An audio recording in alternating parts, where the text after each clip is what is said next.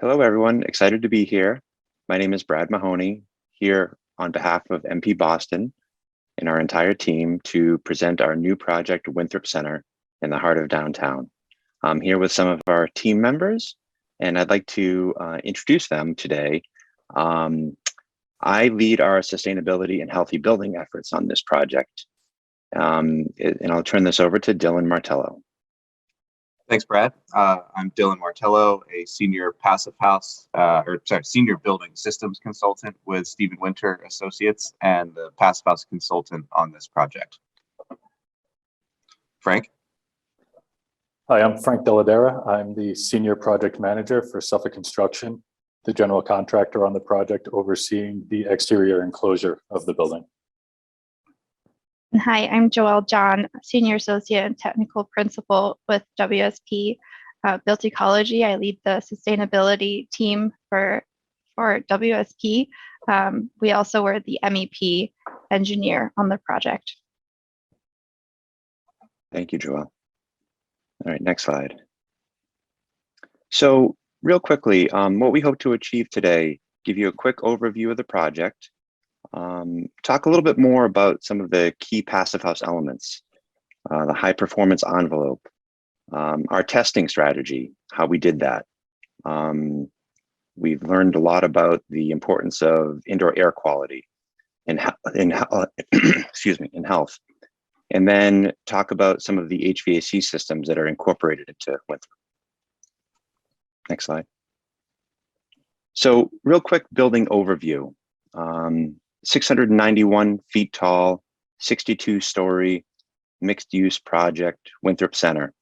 317 residential units, 812,000 square feet of passive house office, which will, at its opening in the first quarter of 2023, be the largest passive house office building in the world, as well as amenity spaces for both the residential and the office, including a public through street, the connector, and on the ground floor, as well as 4 stories of below grade parking. Winthrop Center, creating a new global standard for office space around the world, adopting the most energy efficient solution and inspiring bolder building strategies for developers and projects around the world, centered on passive house, integrating health and wellness, technology, and resource protection from the onset of the project. Passive house, well certified gold, LEED platinum core and shell, as well as integrating technology in an intelligent building. And next, as we talk about this integration of health, high performance, I'm going to turn this over to Joelle and Dylan to talk about how do we successfully integrate these different certifications and what are the approaches, what are the boundaries for WELL, for LEED, for passive house, and how do they work together? Yeah, so I'll start here and then I'll hand it over to Joelle to talk about the LEED and WELL aspect of the project. But as Brad mentioned, the commercial office floors here, which are 21 office floors, just over 800,000 square feet of floor plate, are certified or pursuing certification under the PHI standard. So you can see here on the right, just sort of that chunk of the building that will be certified to passive house. And as Brad mentioned, this is core and shell office, so we're going to get into what makes that unique from a certification standpoint, from a modeling perspective, and really why this project is sort of really laying the groundwork for, I think, a new typology of building to become passive house. Joelle, do you want to talk a little bit about the LEED and WELL aspect? Yeah, so we incorporated kind of best practice and pursued LEED certification for the entire building. What really was great in layering passive house on top of LEED was that it really enhanced our ability to achieve LEED certification pushing us into being able to achieve LEED Platinum, especially in regards to the energy performance. We also had increased ventilation, which there was a credit for under LEED as well. So it really helped us bolster our performance, and there are a lot of synergies that helped us get beyond business as usual and really kind of drive exceptional exceptional achievement under the LEED rating system. In regards to WELL certification, we felt that the Passive House certification laid great groundwork and had that synergy with in regards to comfort and well-being. And that's why we selected the office and base building space to achieve WELL Core Gold certification. What's was really exciting was that because of the air quality and kind of outdoor increased ventilation that we're achieving, there was a really nice overlap with overall requirements under WELL for air quality, and we'll get into it later as well, but the operational foundations that we're laying with WELL will really ensure that we're meeting and maintaining our building to the not just the WELL standard, but also to the Passive House intent and certification. So Dylan and Joelle, that's interesting. So Passive House generally, it's also thought of as a comfort standard, right, Dylan? So there's kind of some overlap there inherently with what WELL is trying to achieve. Yeah, absolutely. I think this is one aspect of the Passive House standard that I think maybe gets forgotten sometimes, is that really it's not just an energy standard. It's about comfort, and we're talking about reducing air drafts in around exterior envelope systems, improving the overall temperature of the space.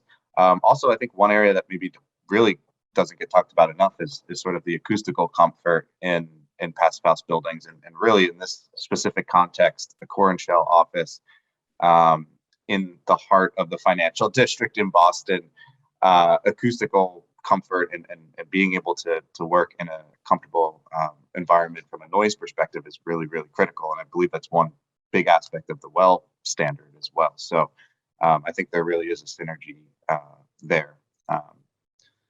Great. I'm sure we'll talk a little bit more about that as we get into the facade with you and Frank.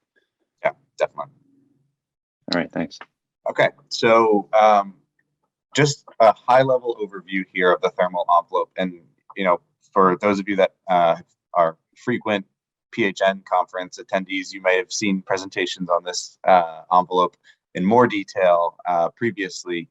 So I won't go through everything in super detail, but we will just kind of give an update on particularly the installation of the envelope system in a little bit in this presentation.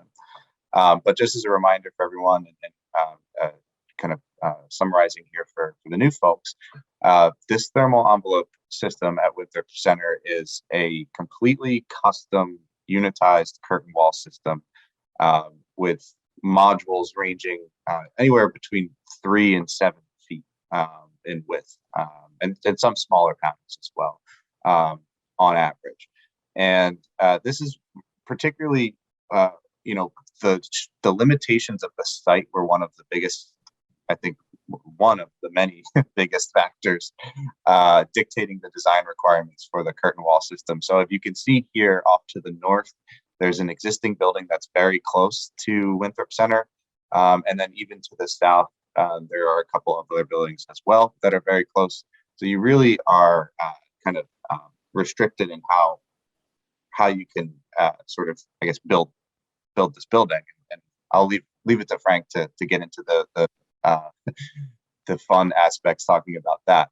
But in short, the curtain wall system is hung from the inside, so hung from the floor plate, which we have some photos of.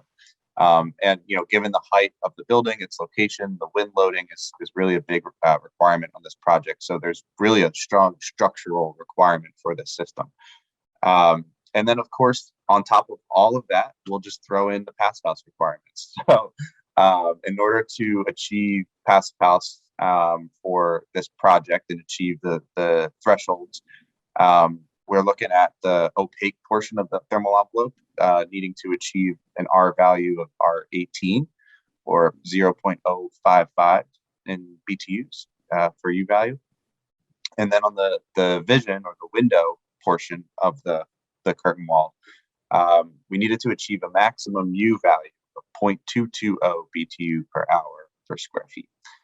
So these are actually very, very high performance when it comes to the context of curtain wall. It's probably the most high performance curtain wall you can get without maybe going to 4 panes of glass. We're going to talk a little bit more in depth about this in the next coming slides here. But this is, I think one of the most high performance aspects of the project. So how this relates to pass-fail certification, this is a snip of the PHBP verification tab showing sort of where the project falls in respect to the compliance with the heating and cooling demand thresholds. And then, one aspect here that we'll talk a little bit more about is the fact that this is a core and shell project, and PHI has sort of elected to allow this project to pursue what we call a PHI pilot project certification. And this is because with core and shell, we don't really know the loads that are going in the space, and we have to make assumptions that we think are reasonable and conservative to some degree, but are reasonable for these 4 plates, basically for the office floors. That makes it challenging to know what the PE demand is going to be and how it could fluctuate. So we coordinated these assumptions both with the design team, with ownership, and with PHI directly to determine sort of what's a logical primary energy demand for a project like this in terms of its certification thresholds. But right, and Dylan, prior to this, I was going to ask that question. The pilot project status, why it's a pilot project, and I think prior to this, the largest project, kind of at scale, was a project Handel and you had worked on over at Cornell prior to us starting this, kind of back in, seems like many moons ago, 2017. And I'm sure that's one of the reasons why this is typically applied on the residential side, correct? Yeah, so the size certainly plays a role in this, and I think it's the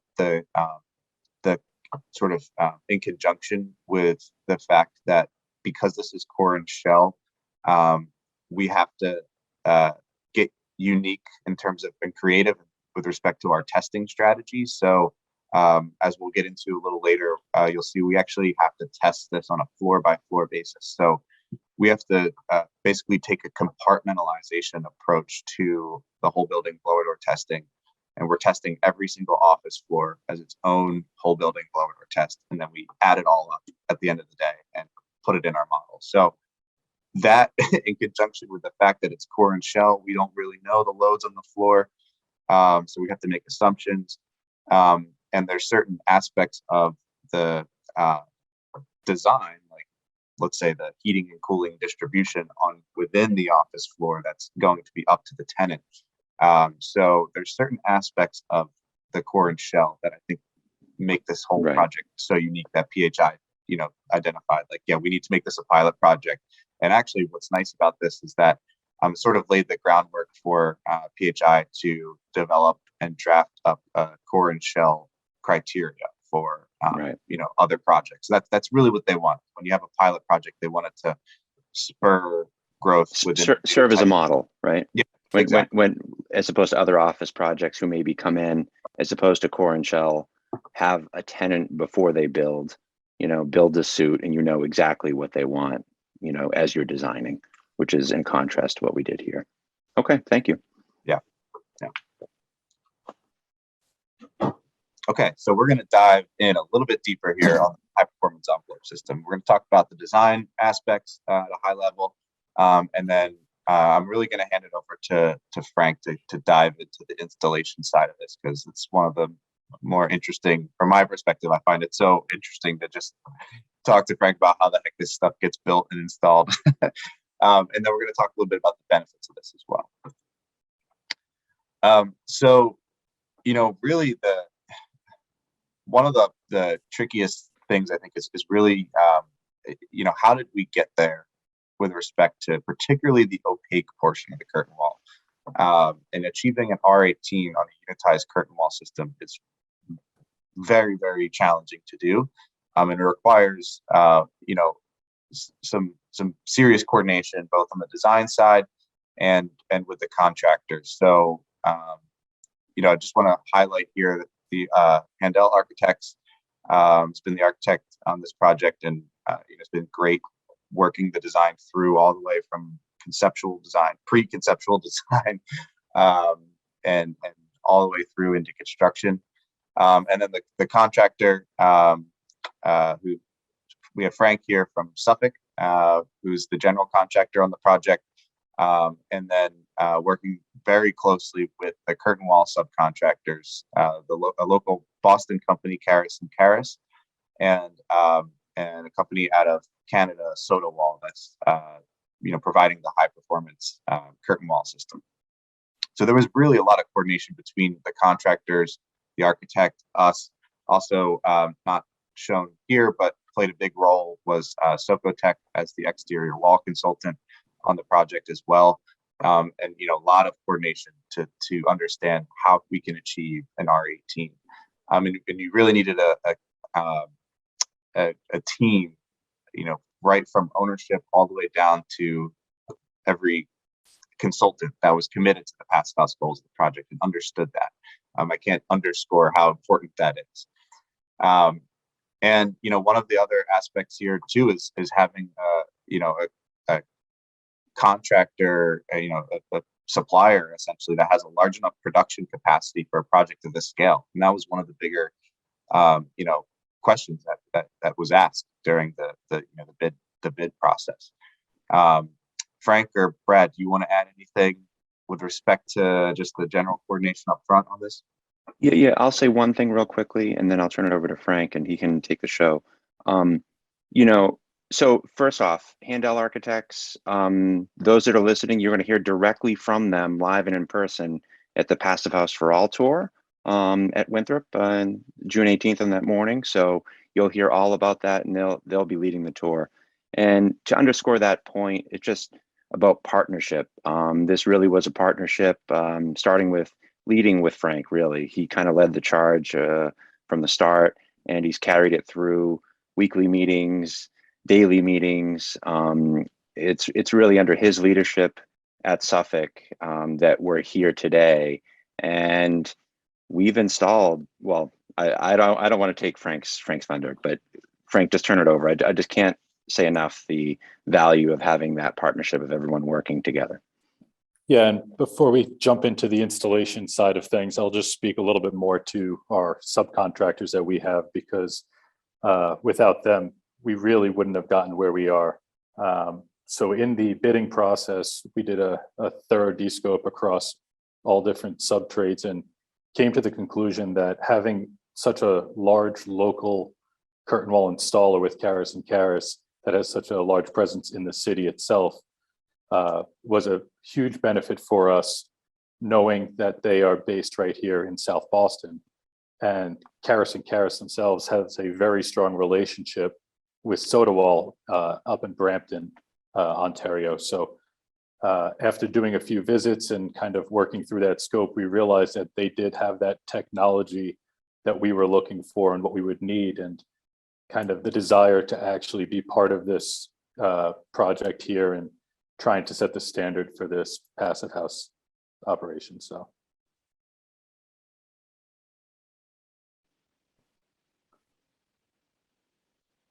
Yeah.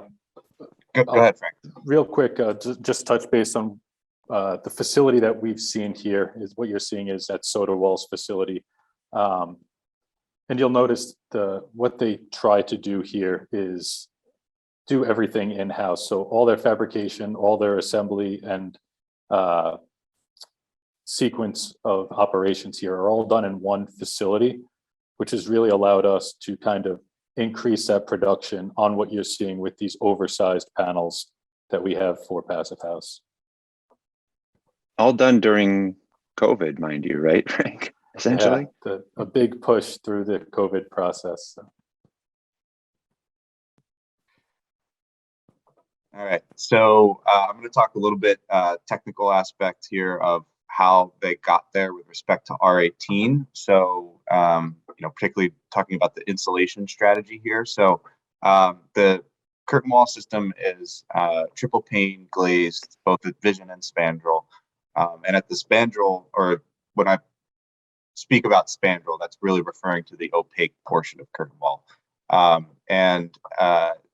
At the opaque portions, we have a triple pane glaze with argon fill and 2 low E coatings. And this results in a U value at the center of glass of around a 0.12 roughly. And then we have the SHGCs for the vision locations as well, which you can see is down in the low 0.3 range to help keep cooling loads down in the building. But really, this is the first step, is at the exterior plane of the curtain wall, getting, good R6, R7 or so out of the glazing itself is a good first step. Now, the next component to this is within the curtain wall system. So just inboard of the glazing and then a slight sort of vented cavity, we have 9 inches of mineral wool in a sealed spandrel back pan system. So what you're seeing here is the buildup. So they have to do this typically in layers, either 3-inch boards of semi-rigid mineral wool, or sometimes slightly different combination, but really packing that in, making sure that it's tight to every corner. Socotech played a big role in inspecting the actual curtain wall on site before the back pans were sealed up.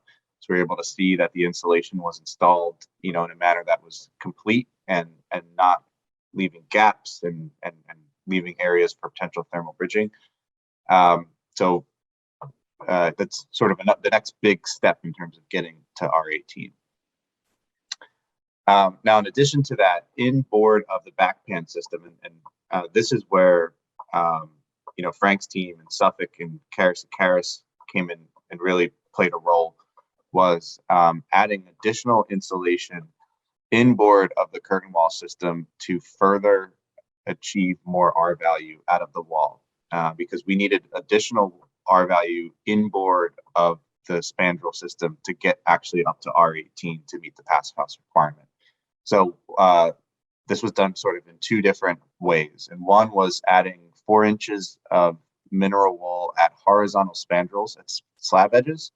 So this is what you can see here is we're sort of standing on the floor plate looking up at the underside of the slab, and we have mineral wool extending down from that slab. It actually also, you can't really see it here, but the mineral wool actually tucks between the slab itself and the curtain wall system to create a smoke seal, which is required on the project. But that extension of the mineral wool down below the slab is sort of an additional required material for passive house.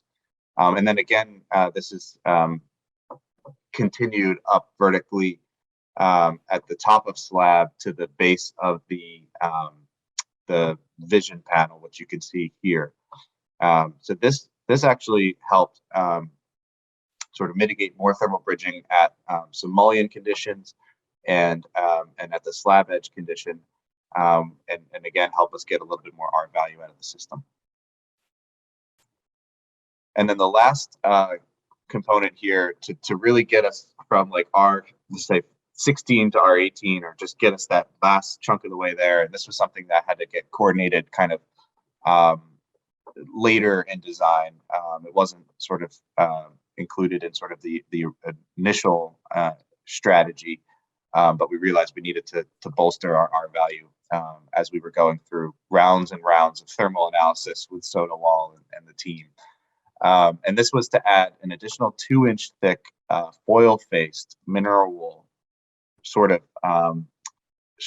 vertical strip to cover the mullions that were between 2 curtain wall spandrel panels. So where we had, let's say, here's one spandrel panel, and then on the other side of this arrow here is another spandrel panel. We have a mullion running vertically here that's creating some thermal bridging. There is a thermal break in the mullion itself, but there still is some thermal bridging happening. So this vertical strip of insulation helps to really get that extra R value out of the system.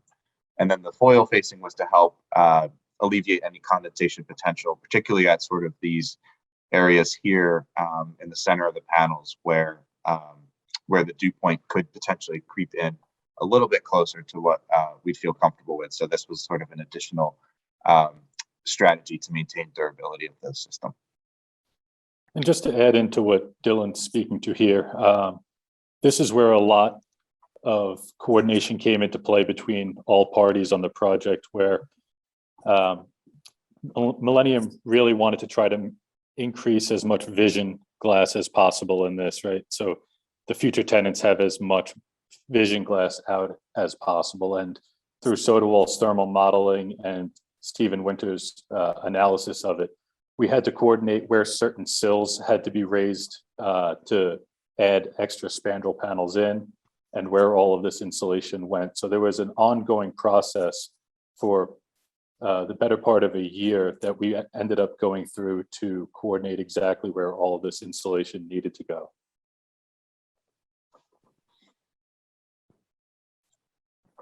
Yeah, so I think the conclusion here is it took a heck of a lot to get there to R18. It was not easy, but it took a full team effort and rounds and rounds of coordination and getting this to work. So here's just some photos of the installation and sort of not the full finished product, but the finished product on certain facades.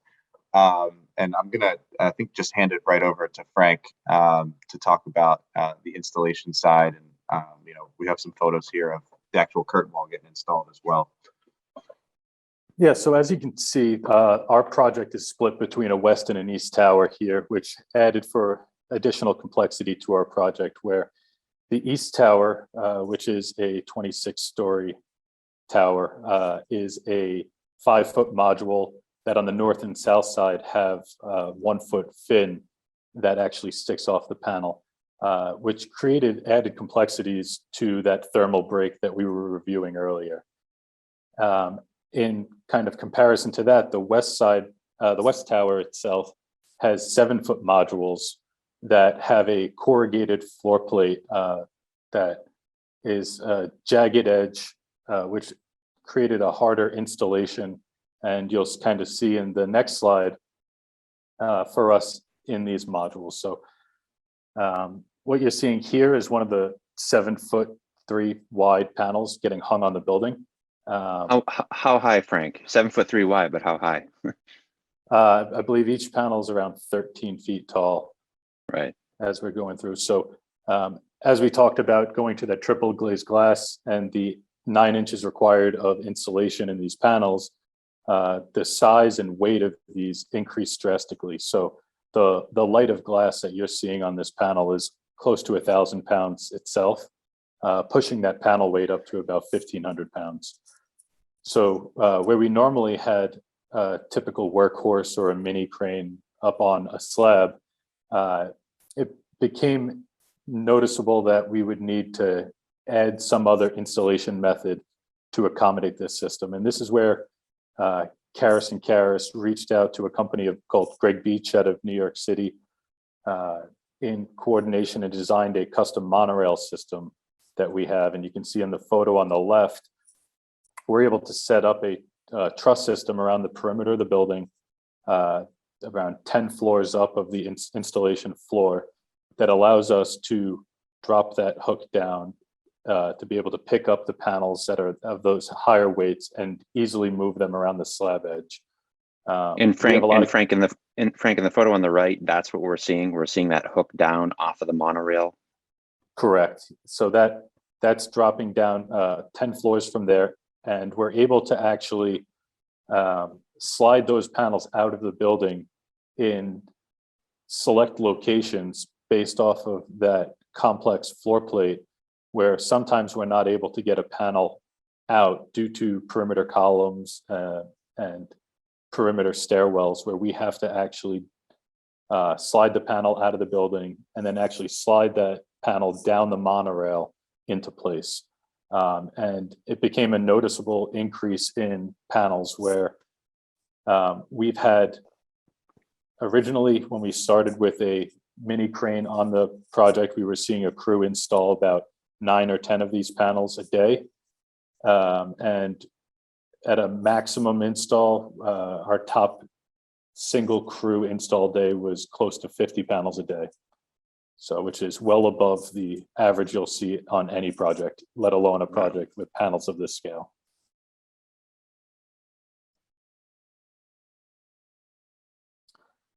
So here you can just see that continued installation as we start to stack these up. These, as you'll see, it's all these 7'3" modules that kind of jog around the edge. And you can see how close we are to the abutting buildings that Dylan spoke to earlier. That kind of limited the factor of being able to use prefabricated walls and flying them in with the crane. So.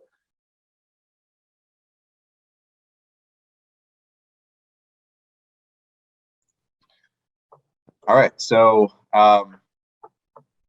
thanks for that. That was it's always interesting to hear how this stuff gets installed. So I want to quickly talk a little bit about the thermal comfort aspect, because we did, mention that at the start here.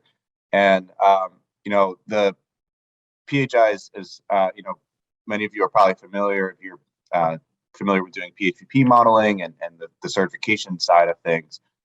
You might be familiar with the U value requirement for thermal comfort. And for a conventional project in Boston, Massachusetts, we're looking at a 0.14 U value maximum installed U value that needs to be achieved to meet the thermal comfort requirement. This was when we started the project. I think the U value requirement has been relaxed a little bit with the updates to the PHI's calculation of the U value threshold. But still, we knew going in that we weren't going to be able to hit this U value requirement installed. So, we were at a 0.22, and this is what the best glazing we could get, the best framing we could get, additional insulation in some aspects at the mullions. So that did require perimeter heating to sort of fulfill that requirement. So, one big coordination item that, was worked through with the entire team, particularly WSP and MP, was how this would be achieved. And really this is something that is being achieved via the heating and cooling system that is installed by the tenants. And the fan coil system, the 4-pipe fan coil systems that provide heating to the office floors will essentially serve the perimeter via the distribution system and the way that's laid out to wash the windows with heat in the winter. Right, which, Joelle, Tom, Dylan, myself, kind of in coordination and talking through this, found that, a typical tenant engineer would be kind of creating a separate perimeter zone anyways, because of the Boston climate. So it wasn't something that was like, something new or something different. So it was kind of in line with what a tenant's team's expectations would be.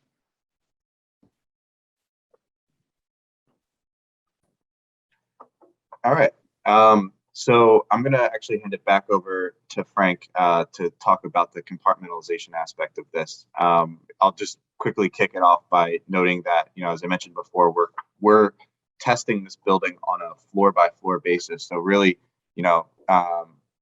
there's whole building blower testing. You can test the whole structure. There's potentially building types that could go with a vertical based approach.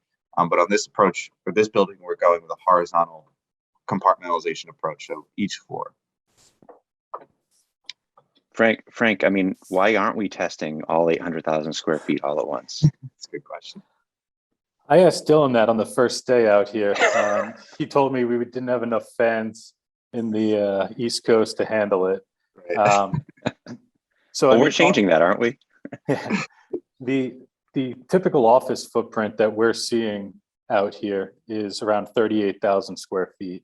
And with the high floor to ceiling heights that we have, and kind of trying to maximize any oversight as we're going through these tests, we early on realized that we needed to split these down to a floor by floor situation. So what you're seeing here is the compartmentalization that we came up with Stephen Winters as to which areas of the floor plate would be included or excluded from the blower door testing zone, where the elevator cores that are through the building are excluded, as well as our electrical rooms. Other areas such as the bathrooms remain included in the system. So as we started to draft this up, we knew that one of the major constraints we had, where it's typically not seen in your full building testing and smaller projects, is all the temporary measures that we require for construction, such as the construction hoists and the crane tiebacks that come through the building. So working through... Frank, stop there for a second. I don't, when you're building a 600, 700 foot tall building, how essential are those metamaterial hoists? How essential are those cranes? I mean, if one of those hoists goes down, it throws a wrench in everything. We have close to 500 workers on site here, trying to make their way up and down 53 floors at all times. Right. So we've sequenced down without a crane, right? I mean, you're not finishing the structure above. Exactly. That crane, the concrete contractor that's on site, basically owned that crane for almost first and second shift as we went up to meet our schedule of trying to accommodate a floor a week out here. Right. So these areas that we know will be on the project until the curtain wall is completed up at the residential floors had to remain, and we had to include those in our testing based off of turnover to the owner and potential tenant fit outs. We had to start to break out these floors early on for testing. So we worked with Dylan to create a plan on how we can break out these areas and separate them for comeback testing based off of the requirements for the certification. And one of the things we really haven't touched on yet in this presentation is the supply and return air for the project that we have in our vertical ducts, to be able to try to minimize any of the air loss in them. We do what's called an air sealing of the ductwork, and it's basically blowing in a product into the ducts that seals off any additional space.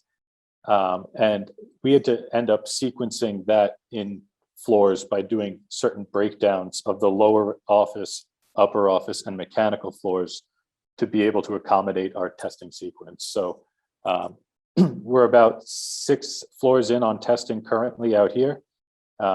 We've gotten it down well enough where now we're testing 2 floors in a single day, and we're basically turning those 2 floors over every other week as we work through the process now.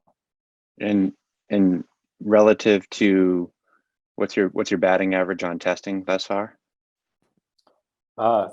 So far, I'll let Dylan give the exact numbers, but so far we passed every single one of them that we've come through, with some of that extra room to spare for our comeback testing.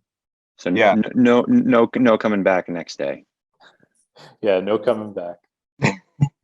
Yeah, I think we're about 70 to 80% of our threshold right now of the 0.6 ACH 50.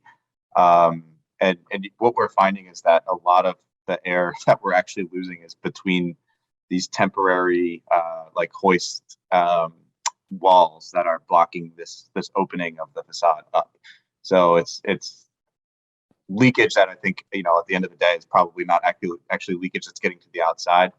So I think we have good room to spare, but I mean overall it's super airtight on these floors. I mean you can't hear a thing.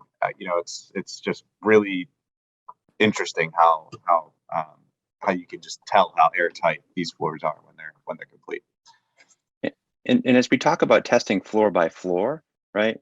I Mhm. mean, isn't there inherently some benefit, if I'm an office tenant on, call it the 18th floor, and there's another office tenant on the 17th floor in this world that we're living in, right? Where, pandemic, fresh air, indoor air quality, air separation, I mean, how superior is this to like a building as usual, typical building? Yeah, I mean, it's funny because a lot of the air that we're seeing, a lot of the actual air leakage within that, the number that we are testing right now, a lot of the air we're seeing is actually at these tricky to seal compartmentalization zones. Like sort of what we're seeing here is a corner of interior drywall that leads to one of the service rooms that's excluded from the boundary, and that's actually where the air is, because it's not typically air sealed to an exterior air sealing level, and that's where a lot of the air we're seeing is actually getting in, and what what's important to note here is that we're limiting air transfer between office floors, potentially office tenants. So just as if like a someone that lives in a multifamily building, especially in the post-pandemic environment, is concerned about air transferring from one apartment to the next. This is the same concept. We're really keeping air compartmentalized on a floor-by-floor basis, which I think can certainly have an impact on improving the health and indoor air quality of these spaces that isn't typical in a conventional building. Yeah, and to even add to that, some of these early on tests that you're seeing here are really to try to figure out how the passive house testing works with a typical vertical high-rise construction. So things that were not normally done with a stick-built facade on a project where you don't have these large gaps at the slab edge, or at our rated walls, we have now moved to a new product. It's a TTS top track insulation that actually gets our rating at the top of wall, that you're not seeing that sealant at the joint anymore. We had to make sure that we weren't getting that air loss based off of the requirements for passive house in these new, I'll call them normal installation methods for construction.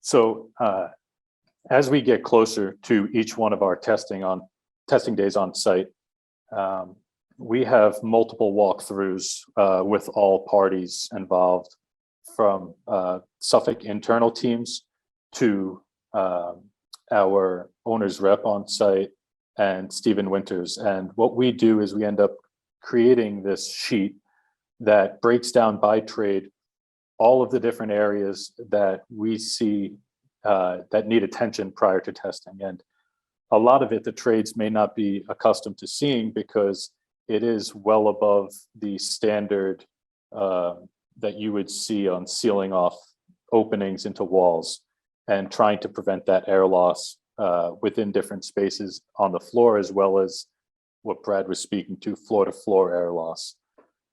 So we have that internal punch list walkthrough that goes then to our consultants, and then a full final walkthrough that we do the day before, and really try to make sure that all of those openings are cleared prior to us starting the blower door testing on site. And Frank, this list here, each line is its own sub, right? It's its own entity. Correct. So there's no question for the trades that are on these floors as to which areas are owned by scope. We go through and make sure where there may be any overlap of product, whether it's the ductwork penetrating the drywall, which sub would own the attention that's needed on site. Gotcha. All right, here's some photos of the blower door testing. We were able to use one fan per floor, which is, I think, quite an achievement. And this is just a photo here on the right of as we're going along, we're looking for air leaks.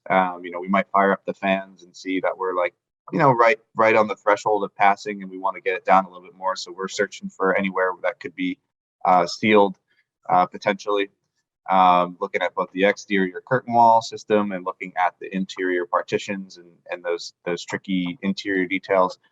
We also had found, there's some remnants of the curtain wall installation within the floor slabs that created little, 1-inch diameter holes in the floor slab that needed to be plugged. So we would walk around the floors, both on the floor that we're testing and the floor above, to see if there's any remnant holes left that need to be plugged, and really adding this additional layer of QA/QC to the project itself, not just what's required for certification, but again, getting that compartmentalization and getting that air leakage down on these floors.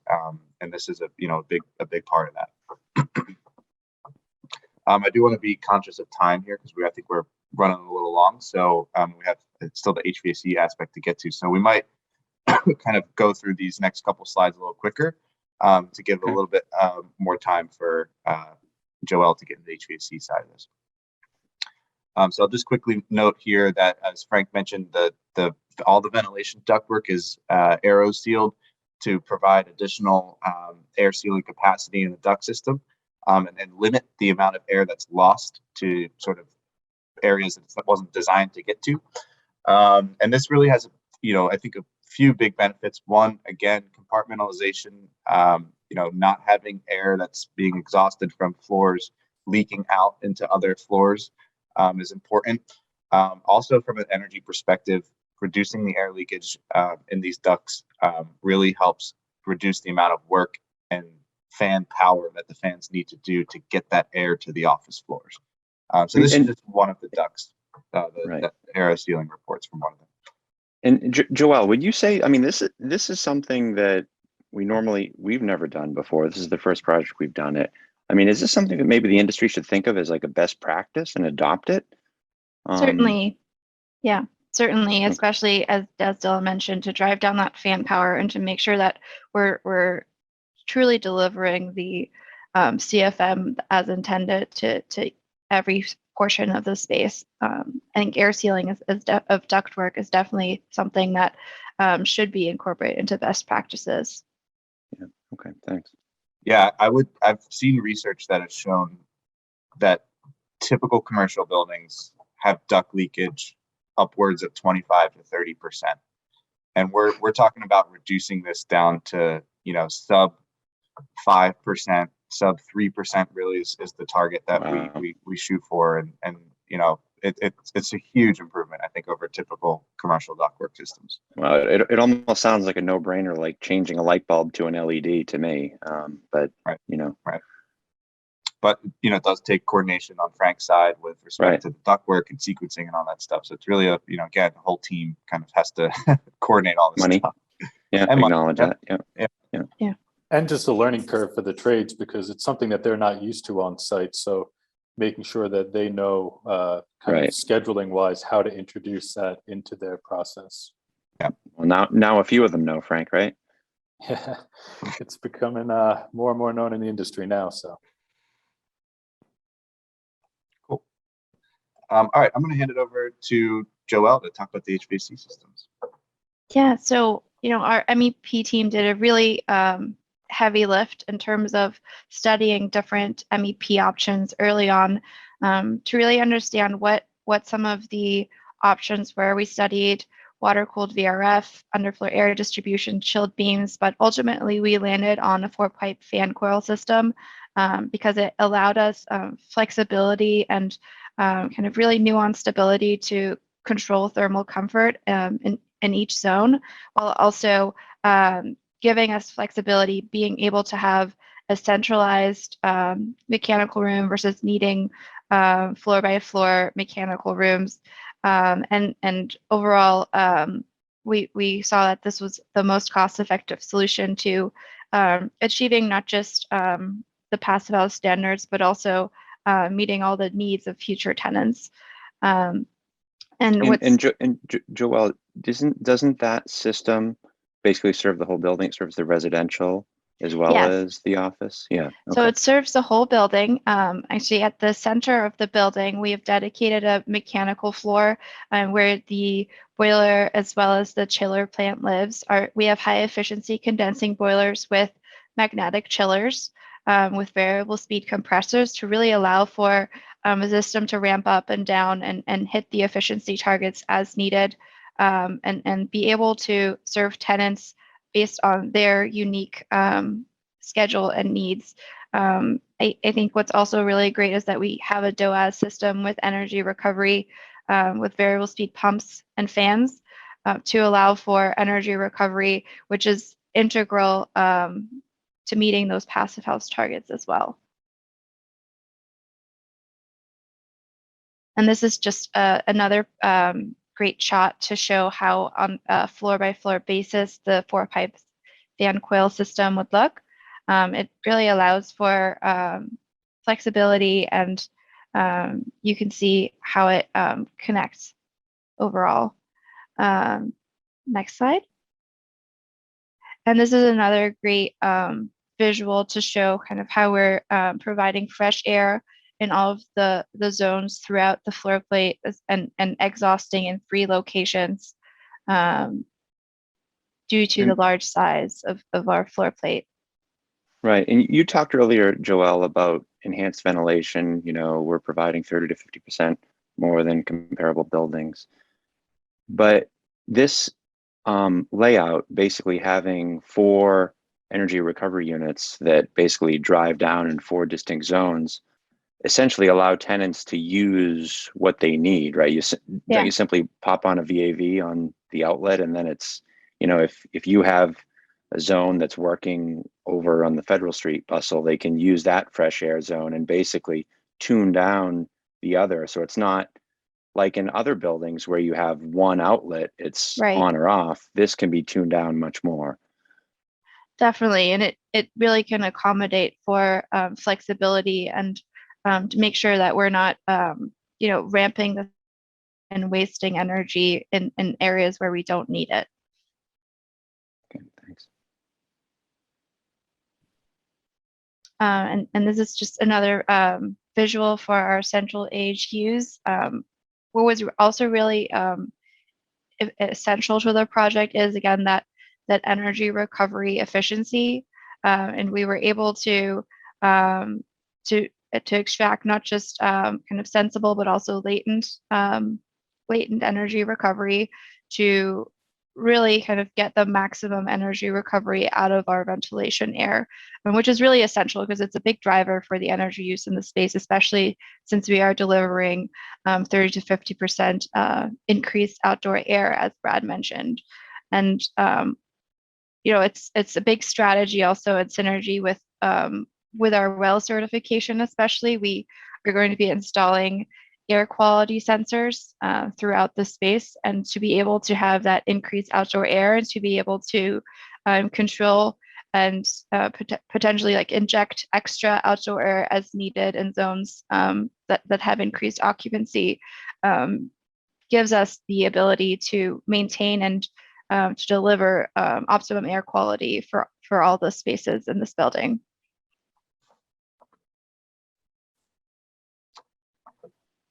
All right, I'll jump in here to mention that, you know, with a complex of a system, particularly with respect to the central plant of this building, there's a lot of pumps and fans that are on variable speed and you know, have schedules associated with them based on loads, and we really wouldn't have been able to accurately predict the energy consumption of these pumps and fans without coordinating directly with WSP and Joelle's team on you know, the energy use. So they're running a model in IES, which is an hourly dynamic model, very sophisticated in terms of the inputs on the system side and the load side. And we were backfeeding that information being output for just the office in terms of the chilled water pump, the condenser water pump, the cooling tower fans, the hot water pump, and even an estimate for fan coil use energy for the office floors as well. So, and that played a big role in sort of getting our model in a spot that we felt more comfortable with what the model was predicting in terms of energy consumption. Yeah, lots of back and forth, but I think it was ultimately, a really integrated process. And I think that's also one thing that we stressed earlier as part of the construction coordination, but also in terms of the analytics and modeling that has gone into really laying the groundwork to understanding the performance of this building. We had an IES model to coordinate with Dylan for the PHPP. We also actually, on a second note, also had an eQuest model. So there are a lot of different modeling tools that were used, and we ultimately were able to use those tools to our advantage to align across the board. And I think in the background to coordinating with our mechanical team to make sure that what we're modeling are not just general assumptions that might be different in actual occupancy, but making sure that we're really grounding them in kind of the technical understanding of the MEP team as well.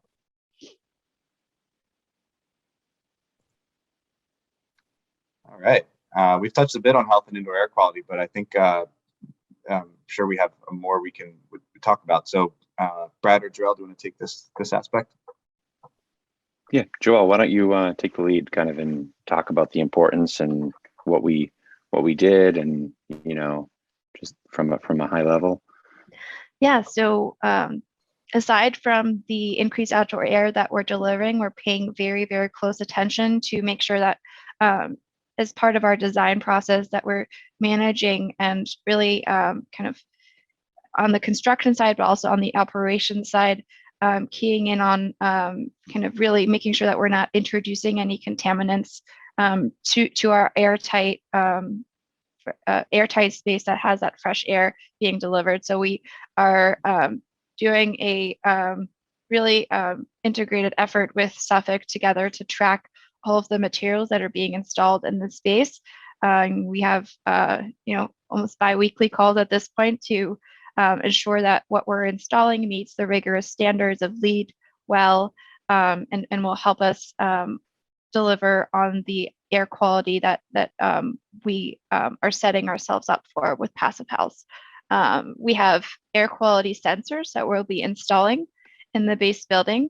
And what's really exciting is that Millennium Partners will have a platform for tenants to be able to view in real time what that air quality is, and be able to have that as another aspect for operations to really for tenants to understand the value that all of this design groundwork has laid for tenants to really have air quality that supports and exceeds what typical office spaces would be delivering. We're also working with Millennium to develop operations policies in regards to the cleaning products that are used, and there will be ongoing monitoring and reporting back to IWBI for well about our air quality. Thank you. One thing we've seen, and we've all seen, New York City local law 97 here in Boston recently, is cities trying to reduce their carbon emissions, and they're trying to do it as quickly as possible. That path to carbon neutrality, and Passive House most definitely kind of in a building of this typology is the way to go to get there. And so I'm going to turn it over to Joel to talk a little bit about kind of the city's goals, how Winthrop is trying to meet those goals, how they will be meeting those goals through Passive House, and what's next. Yeah, thank you, Brad. So in regards to what's happening here locally in Boston, we have Birdo 2.0 that just passed last year. In regards to what it brings about, it adds a carbon emission intensity limit on a 5-year basis starting in 2025. We previously already had to report energy and water usage annually, but this adds another layer of kind of translating that energy usage into a carbon emission intensity in kilograms of carbon dioxide equivalent per square foot per year. So it's another metric that the city is using to track building energy use and to make sure that we're meeting Boston's commitments to reach net zero greenhouse gas emissions by 2050. Buildings that do not comply will be paying carbon fines or carbon taxes for any excess beyond the carbon emission intensity limit set for that 5-year period. So in thinking about this piece, I know Millennium already kind of was kind of ahead of its time in terms of thinking ahead and driving down building energy uses by using passive house, but we're seeing that actually some really positive things are coming from the application of passive house in regards to some of these limits that the city is setting. Next slide.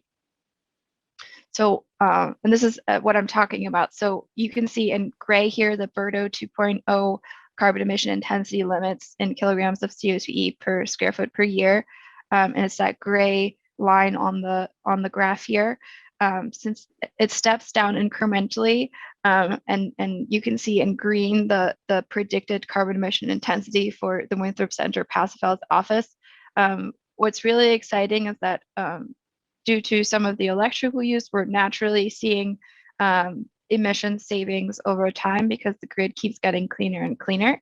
And because of the high efficiency systems that we've selected and the air tightness and all of the effort that's going into maintaining the quality and also insulation from Frank's side and the compartmentalization that Stephen Winters is leading, we're really kind of seeing that the building is set up to decrease in terms of its carbon emission intensity over time. And as you can see, it meets the requirements kind of up until 2050, at which point, most buildings won't be at zero at all. So what's commendable is that Winthrop Center from the start is going to be set up to meet and exceed these targets.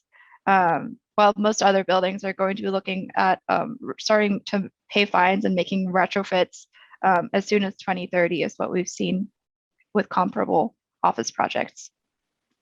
All right. Thanks, Joel.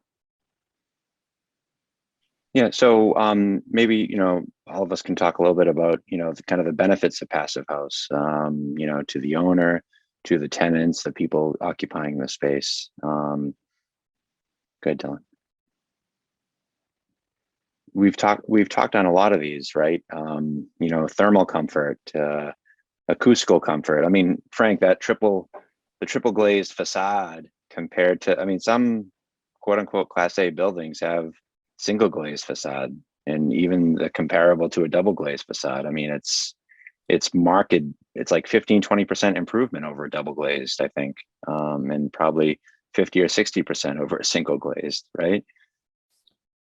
Yeah, and it's noticeable on the project as well. You can, as Dylan mentioned earlier, when we're up there doing that testing on those floors, you're not hearing any of that noise pollution from the city, and we're in the middle of downtown Boston, so it's very rare that you don't get any of that noise pollution like drifting into your space. So, right, and Joel just talked about the in addition to the utility bills, right? Utility costs, which you're saving on, the associated reduction in greenhouse gas intensity, carbon emissions, ESG.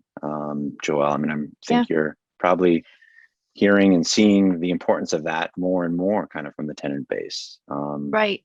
And in terms of corporate sustainability, what we're seeing is that, tenants are very aware of their energy usage because they're using that to track towards their science-based targets. And it's really important to, for those tenants to be in spaces that enable them to meet their net zero commitments, which Winthrop Center is positioning organizations to be able to do, which is super exciting. Okay, great. And then, we talked about the air separation as well. And, benefits to the building owner. I mean, I think, over time, we talked about sustainability commitments.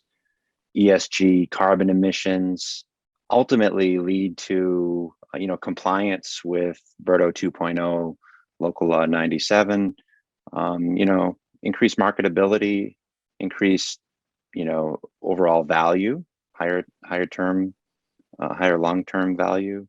And when Frank was talking about that QA QC, right, lower maintenance costs, right? I mean, there Suffolk and the entire team here are really raising the bar in terms of how this project is built, and the quality assurance, quality control is second to none.